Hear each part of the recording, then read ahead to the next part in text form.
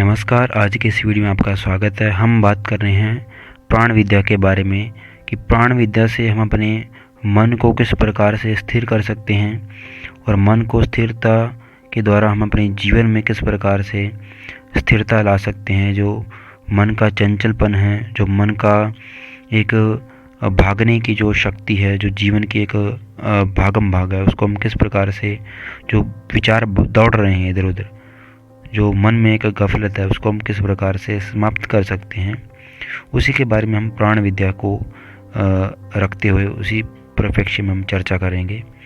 तो एक हठ योग प्रदीपिका का सूत्र है कि चले वातम चलम चित्तम, अर्थात प्राण यानी वायु के चलायमान होने से चित्त भी चंचल होता है, यानी चित्त भी चलता है। यदि प्राण चित्त हमारा जो वायु चंचल है उसमें चंचलता है तो हमारे जो चित्त में भी चंचलता होगी, चित्त में मन में भी चंचलता होगी, विचारों में भी चंचलता होगी।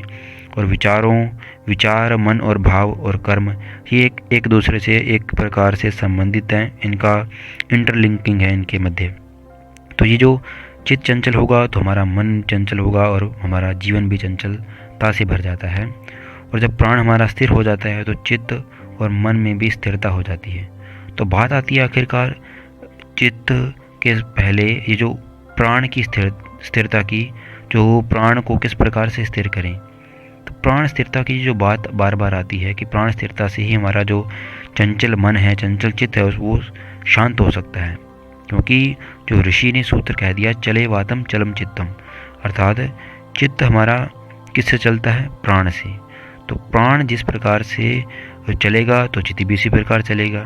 ठीक है।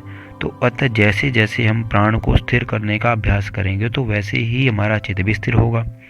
तो स्थिर चित्त से ही जीवन में स्थिरता आ सकती है। और यदि चित्त या मन हमारा चंचल है, अर्थात चंचलता का आप आशय मेरे हिसाब से आपको याद होगा, यदि याद नहीं है तो हम बता देते हैं कि अनेक विचार हमारे मन में जो आते रहते हैं कि कभी एक जगह मन ठहर नहीं पाता, कभी इस कार्य को करने में मन करता है, कभी ये कार्य, कभी वो कार्य, यानी एक जगह उसको चैन पड़ता नहीं है जो मन में या उसके जीवन में। तो वो चंचलता है, या फिर उसके मन में स्थिरता नहीं है, उसके मन में धैर्य नहीं है, उसने एक लक्ष्य निर्धारित किया और अपने लक्ष्य पर टिक ही नहीं पा रहा।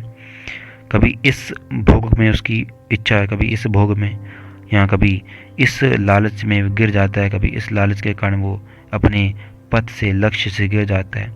तो वो चंचल कहा जाएगा।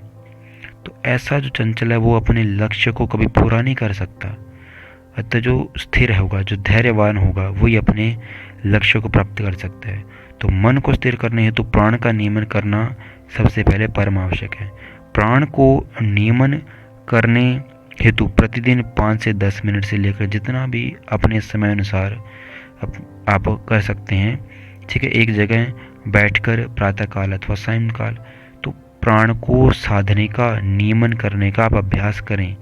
हम प्राणायामों के बारे में चर्चा करेंगे, कौन कौन से प्राणायाम हैं जिसके द्वारा आप अपने मन को स्थिर कर सकते हैं। तो आज मैंने चर्चा की है कि मन को हम स्थिर कर सकते हैं किससे? प्राणायाम की स्थिरता से।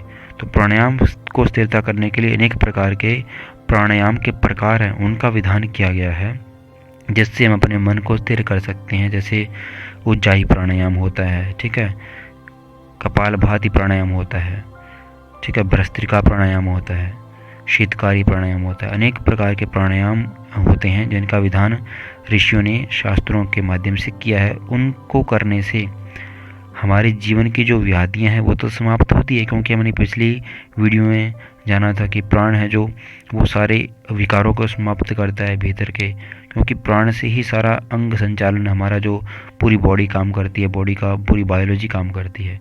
तो निरोगता होते ही हम, इससे हमारे मन के रोग भी मिटते हैं और शारीरिक रोग भी मिटते हैं। तो इस प्रकार से ये प्राणायाम की महत्ता है, हमने इसके बारे में चर्चा की। आशा आपको वीडियो अच्छा लगा होगा। आप इस वीडियो को लाइक करना, कमेंट करना, शेयर करना। आज के लिए थैंक